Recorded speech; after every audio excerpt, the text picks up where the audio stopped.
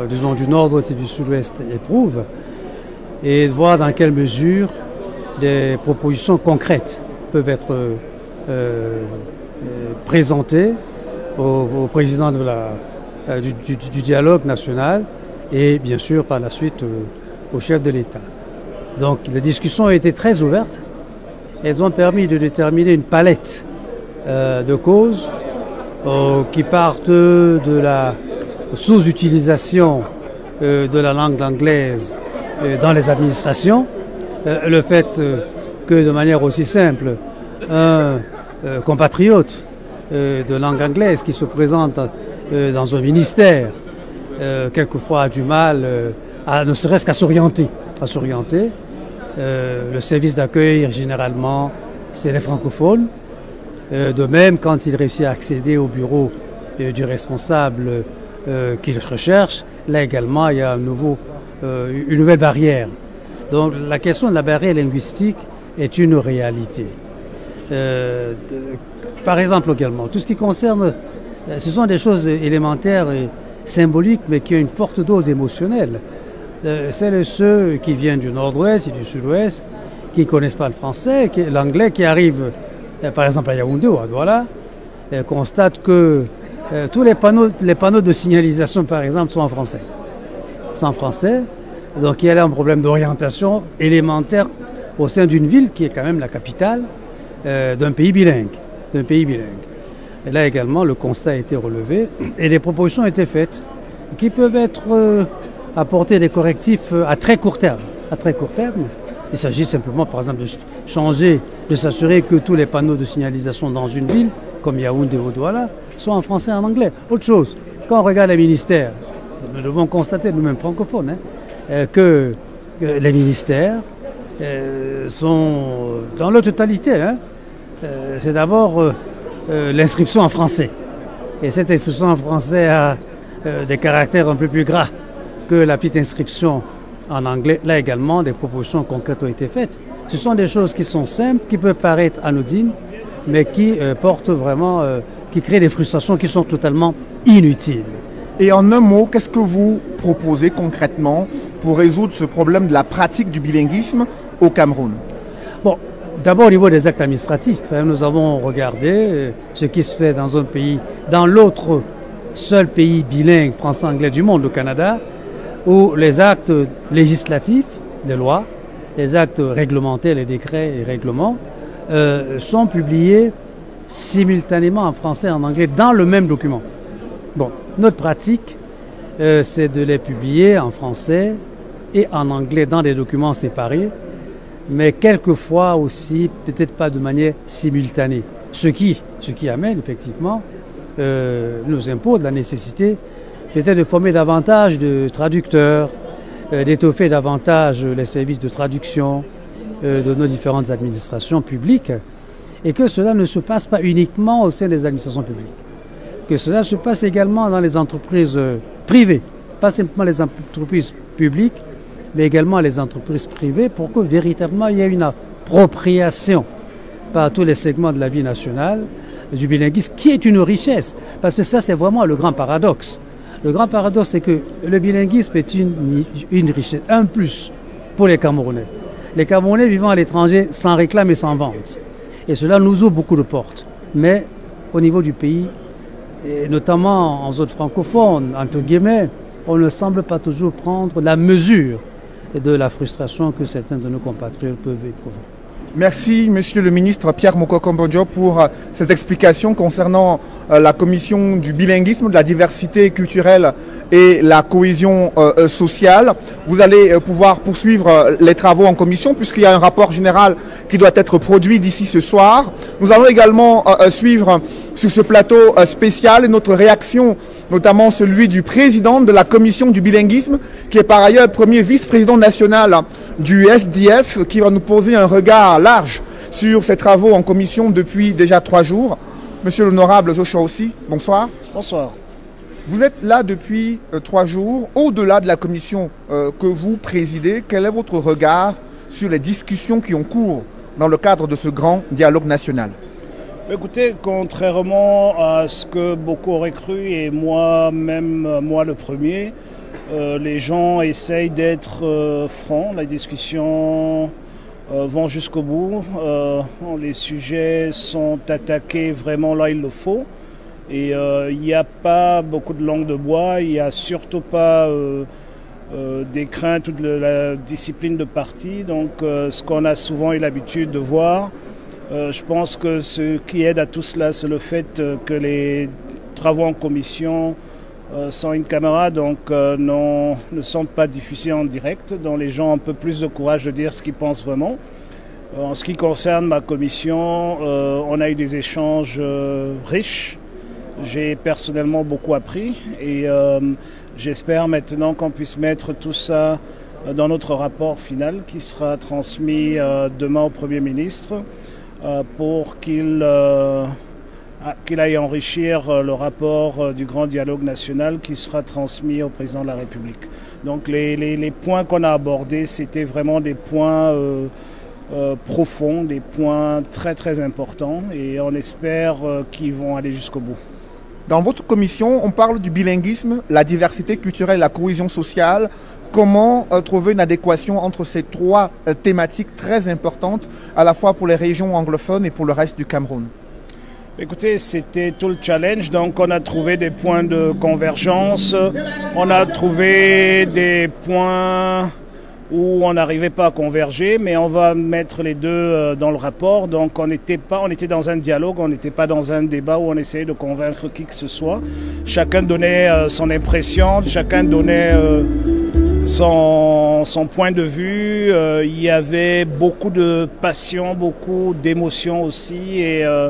Et donc on a écouté tout le monde. Et vraiment, je peux dire aujourd'hui qu'à la fin de cette partie de nos travaux, nous sommes plus ou moins satisfaits que les vérités ont été mises sur la table. Maintenant, il faut que ces vérités, une fois dans le rapport, soient transmises. Et puis surtout, la crainte de pratiquement tous les participants, c'est de ne pas voir ces propositions entrer en effet très rapidement. C'est pour ça que nous avons séparé les mesures à prendre urgemment pour pouvoir porter la paix dans le nord-ouest et le sud-ouest, et puis d'autres mesures à long terme qui pourront apporter une cohésion sociale beaucoup plus solide au Cameroun. Il y a eu des jeunes présentés comme des ex-combattants des groupes armés qui se sont présentés cet après-midi, ce mercredi, lors du point de presse du porte-parole du Grand Dialogue, qui ont déclaré qu'ils ont déposé les armes à la suite de l'ouverture de ce Grand Dialogue et qui ont tenu à interpeller le chef de l'État, à attirer son attention sur la nécessité de se prononcer sur une amnistie générale afin d'encourager les autres jeunes à sortir des bois et à déposer des armes. Comment appréciez-vous une telle initiative de ces jeunes présentés comme les ex-combattants des groupes armés? Écoutez, je vais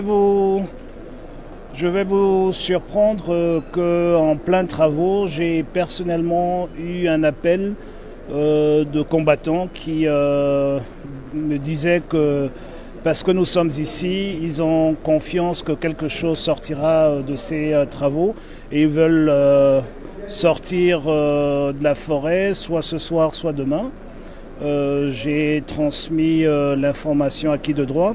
Et donc c'est un mouvement tout à fait naturel. Ils se rendent compte qu'il y a un élan national pour une amnistie, pour pouvoir sortir de la forêt sans crainte. Mais ce que nous regrettons encore aujourd'hui, c'est le fait qu'il n'y a pas de couloir de sécurité pour ces jeunes, qu'il n'y a pas par exemple un cessez-le-feu unilatéral pour pouvoir garantir à tous ces jeunes que quand ils sortent, on ne va pas tirer sur eux.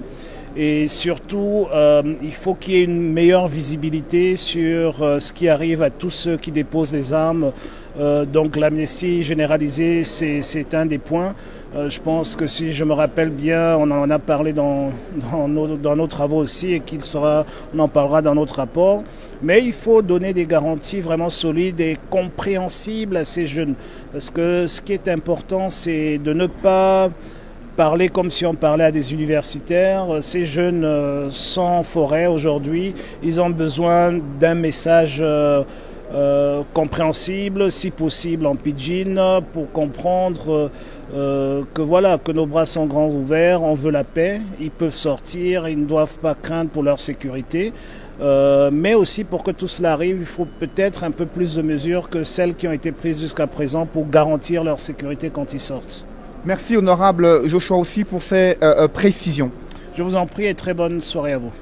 Nous sommes encore ici au Palais des Congrès de Yaoundé, en direct sur Equinox Télévision pour vous permettre de suivre les réactions de ceux qui ont participé à cette autre journée des travaux en commission. Une autre commission importante concernant les régions du nord-ouest et du sud-ouest, la commission qui est chargée de la réintégration de ces jeunes ex-combattants des groupes armés qui attendent beaucoup de ce grand dialogue national, comme l'a laissé entendre tout à l'heure l'honorable Joshua aussi. Et pour en parler, le rapporteur général de la dite commission présidée par le cardinal Christian Toumi, lui, il est rapporteur général, Charles Atanganamanda, bonsoir. Bonsoir, rapporteur tout court.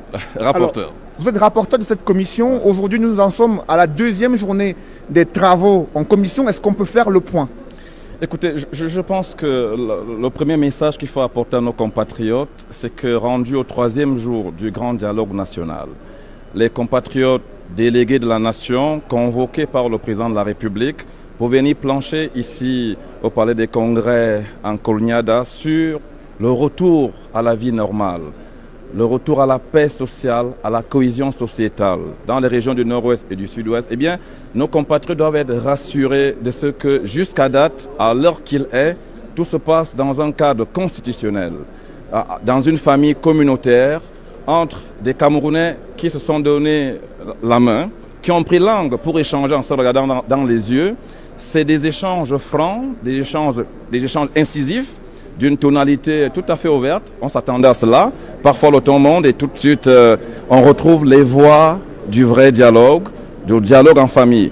Relativement à la commission à laquelle j'appartiens, à savoir la commission dédiée au retour des réfugiés et des personnes déplacées internes, à savoir tous nos compatriotes qui sont retrouvés dans des pays voisins et ceux qui ont déferlé dans la plupart des grandes métropoles du pays et même dans des villes moyennes, eh bien, je voudrais dire qu'avec la grande pondération, la Bista et le karma de Christian Cardinal Toumi, une des grandes figures de la scène socio-spirituelle, de la scène morale nationale, eh bien, tout se passe comme il fallait que cela se passe, c'est-à-dire que dans le respect, dans la convivialité, mais dans la franchise, dans un esprit constructif et positif.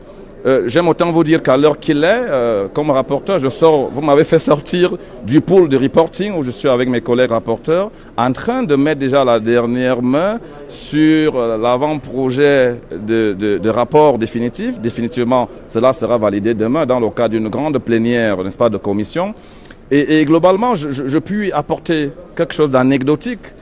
Figurez-vous qu'aujourd'hui, dans la mi-journée, pas moins que le chairman du SDF pour nous rendre visite et s'asseoir à côté de quelques personnalités ressources de notre commission, quelques ministres de la République, en leur demandant est-ce qu'il peut s'asseoir avec eux.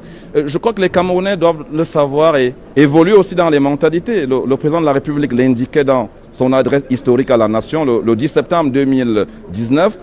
Sur un autre aspect, il faudrait que les mentalités évoluent. La démocratie, l'espace public, le champ politique national, eh bien, doivent privilégier la nation, la République. Donc, on peut ne pas avoir les mêmes idées forcément, mais quand il faut parler du Cameroun, défendre le Cameroun, rien ne doit être au-dessus du Cameroun pour chacun d'entre nous. Et je crois que c'est ce qui se passe ici. Il y a aussi, si vous voulez, une concentration. Nous commençons nos travaux par la prière. Et elle n'est pas forcément dite par le cardinal, parce que nous sommes une commission qui a le privilège d'avoir deux évêques qui viennent et du nord-ouest et du sud-ouest. Donc il y a une union des cœurs, une communion de prière dans le site même de l'événement. Les Camerounais doivent le savoir. Et aussi, cela n'exonère en rien la franchise dans le propos, la véracité des faits, ce qui s'est fait sur le terrain. Et maintenant, comment adresser les problématiques de réinsertion sociale de tous nos compatriotes qui se retrouvent en difficulté dans des pays voisins? Comment adresser la situation de leur prise en main on va dire psychologique, matérielle? Comment surtout les remotiver à revenir le cadre sécuritaire, l'apport du gouvernement de la République dans cette mouvance, n'est-ce pas, de retour à la maison de nos compatriotes réfugiés et de ceux qui sont éparpillés à travers le pays en tant que, si vous voulez, déplacés internes. Donc tout cela, c'est un moment d'histoire, un grand moment de l'histoire de notre pays que nous vivons et c'est un privilège de rendre compte. Et je rends hommage à Equinox Télévision qui nous permet de dire que le curseur, là où il a été fixé, d'abord le 10 septembre 2019 par le chef de la nation, le président de la République, et repris de la plus belle des manières par le Premier ministre agissant comme médiateur de la nation, l'agent du peuple camerounais et l'agent du chef de l'État, le président Paul Biya, à l'ouverture justement le 30 septembre 2019 de ce grand dialogue national. Nous pensons que tous les délégués de la nation ont compris la nécessité de veiller sur la maison Cameroun. Notre maison a failli prendre feu. Les Camerounaises et les Camerounais venus ici, près d'un millier, ont décidé de veiller sur le Cameroun. Merci Charles Atanga-Damanda pour ces explications concernant la commission en charge du retour des déplacés et réfugiés camerounais, déplacés internes et réfugiés camerounais au Nigeria et dans d'autres pays qui ne demandent qu'à retourner chez eux dans les régions anglophones. Une autre réaction également ici, c'est l'un des participants dans la commission Diaspora qui va faire le point sur cette deuxième journée des travaux en commission. Troisième jour du grand dialogue national. En quelques mots, comment est-ce qu'on peut faire le point avec vous sur les discussions qui ont cours au sein de votre commission? Je suis vraiment très satisfait parce qu'on a eu, on a eu quand même à effectuer d'autres travaux avant toutes les autres commissions parce qu'il y avait un accord vraiment très cordial entre nous. Et on a pu échanger les problèmes, les problématiques des réinsertions. On a même proposé de contribuer de l'argent pour remettre à ces jeunes, pour pouvoir les encourager, surtout pour créer des centres vocationnels, pour les former, afin qu'ils puissent sortir de là et puis trouver un travail pour pouvoir fonder leur famille, aider leur famille qu'ils ont laissée derrière. Voilà. Et franchement, je suis très satisfait. Notre président, il a été vraiment fantastique. La contribution du ministre des Affaires étrangères qui était là, y compris donc le ministre secrétaire général à la présidence. Non, on était vraiment comblés. Merci pour ces précisions. Une dernière réaction ici au Palais des Congrès de Yaoundé où nous sommes en direct, plateau spécial consacré aux réactions des participants aux travaux en commission ici au Palais des Congrès. Nous allons recevoir ici un ancien candidat à l'élection présidentielle, leader d'opinion, consulté durant les travaux préparatoires et aussi membre d'une commission. Je vous en prie, Franklin Dufort, est-ce que vous pouvez nous rejoindre? Merci. Bonsoir. Bonsoir. Quelle est votre contribution en ce troisième jour du grand dialogue national et deuxième jour des travaux en commission? Oui, il y avait vraiment un environnement très serein lors de notre discussion à table dans notre commission. Tout le monde a été donné l'opportunité de partager les idées, y compris moi. Je t'en partageais mes idées.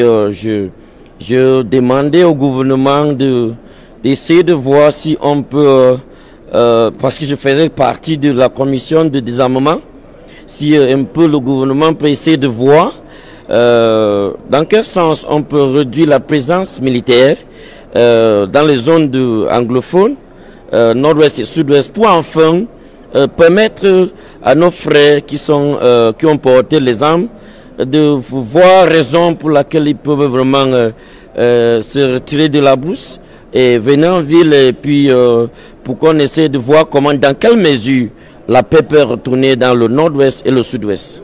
Quel message pour ces jeunes qui sont encore sur le terrain des affrontements armés avec les forces de défense et de sécurité dans le chaudron de la crise anglophone?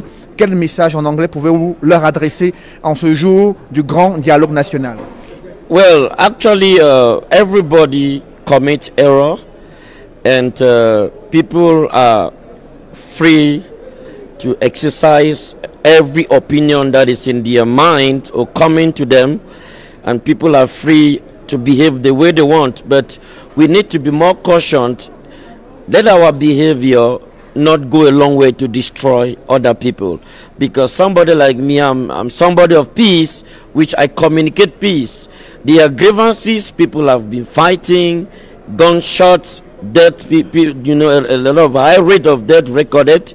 And I look forward to see that it's time we start looking forward to have some ideas put on ground to see how the dialogue can really go a long way to bring peace, so that our brothers and sisters that are out there in the forest, they are not happy. They want things to go on well, and let the dialogue bring, you know, a kind of reconciliation in the heart, and let, you know, some ideas that were quite suspended be satisfied, which were like grievances that came upon these our brothers and sisters in the bush before they picked up their guns. This is why we are dialoguing, and the dialogue has started, and I know it's going to continue. Even if this dialogue that has started now is not the real dialogue, but I believe it's paving the way for real dialogue in the nation of Cameroon to bring peace. Thank you. Merci Franklin Difford pour ces explications. Vous venez de suivre certains participants au Grand Dialogue National en ce 3e jour du Grand Dialogue National, 2e jour des travaux en commission. Certains rapporteurs sont encore présents au Palais des Congrès jusqu'à 7 h afin de finaliser l'avant-projet des propositions qui vont être soumises demain dans le cadre d'une plénière pour les 8 commissions qui ont été mises en place ici. Les travaux doivent démarrer autour de 11 h demain jeudi. Également, une scène est en train d'être installée ici au Palais des Congrès pour une soirée de gala qui doit se tenir jeudi soir au Palais des Congrès dans la perspective de ce grand dialogue national. Les participants ont d'ores et déjà quitté le Palais des Congrès. D'autres encore discutent et veillent au grain concernant les propositions qui ont été faites pour qu'elles soient inscrites dans le cadre de ces avant-projets de propositions à soumettre en session plénière demain jeudi. Voilà toutes les précisions que nous pouvons vous apporter concernant le déroulé et la poursuite des travaux en commission dans le cadre du grand dialogue national, dont l'enjeu majeur est le retour à la paix dans les régions du nord-ouest et du sud-ouest. La scène qui est en train d'être installée pour le gala et le concert prévu jeudi soir au Palais des Congrès de Yaoundé dans le cadre du grand dialogue national où la diversité culturelle